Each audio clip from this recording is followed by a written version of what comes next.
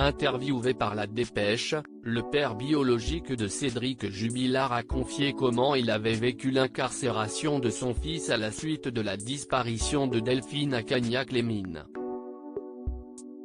N'ayant pas eu de contact avec son fils jusqu'à ses 14 ans et n'étant pas parvenu à créer de réels liens avec celui-ci, Gérard admet tout de même avoir été très choqué par cette affaire judiciaire. Quand j'ai vu les images à la télé et le nom Jubilard dans le Tarn, j'ai tout de suite fait le rapprochement avec Cédric, admet le père du peintre plaquiste de 34 ans. Très discret jusqu'à présent, il révèle que les enquêteurs sont également venus le voir afin de l'interroger. Il y a un peu plus de 3 mois, les gendarmes sont venus me voir. J'ai été auditionné dans le cadre de la procédure, a-t-il dévoilé à nos confrères. Même si Gérard, 54 ans, n'avait pas de réelle relation père-fils avec Cédric, il indique qu'il aurait toutefois beaucoup aimé aller lui rendre visite pendant son incarcération à la prison de Cesse.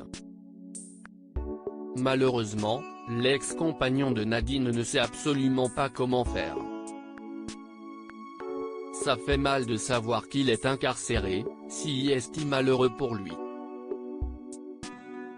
On entend beaucoup de choses et au final on ne sait pas trop s'il est vraiment impliqué dans cette histoire, a-t-il expliqué, très touché par l'histoire de son fils.